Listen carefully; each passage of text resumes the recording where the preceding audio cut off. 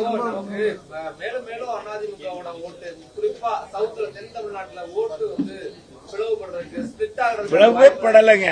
ஐயா நீங்க தெரியாம இன்னும் வந்து நீங்க இதே மாத்த மாட்டீங்க. இந்த ஓட்ட கீரல் மாதிரி ஓட்ட முன்னால சொல்லுவாங்க, அது என்னங்க பிளேயர், ரெக்கார்டு பிளேயர், ஓட்ட ரெக்கார்டு பிளேயர் மாதிரி பேசுறீங்க. அதாவதுங்க, தேர்தல் என்பது ஒரு வித்தியாசமானது. நீங்க தேர்தலை புரிஞ்சுக்கங்க. எங்க புரட்சி தலைவர் அம்மா என்ன சொல்றாங்க, நான் அதை ஏற்கனவே உங்கள்கிட்ட சொல்லியிருக்கேன், இப்பவும் நீங்க கேட்டதுனால சொல்றேன். எந்த தேர்தலிலும் ஆளுங்கட்சியை வீட்டுக்கு அனுப்ப மக்கள் இன்னைக்கு தயாராயிட்டாங்க. இதுக்கு ஒரே தலைவர், நம்பிக்கை நட்சத்திரம் யார் என்றால் எடப்பாடியார் தான். எனவே எடப்பாடியாருக்கு தான் வாக்களிக்கணும்னு மக்கள் முடிவாக இருக்கிறாங்க.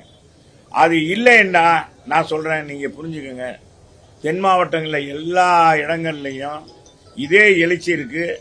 நீங்க போய் மக்களை கேளுங்க. இதே எழுச்சி மக்களை வந்து எழுச்சியா இல்லைன்னா எங்க கழக தொண்டர்களே சோர்வாயிருவாங்க.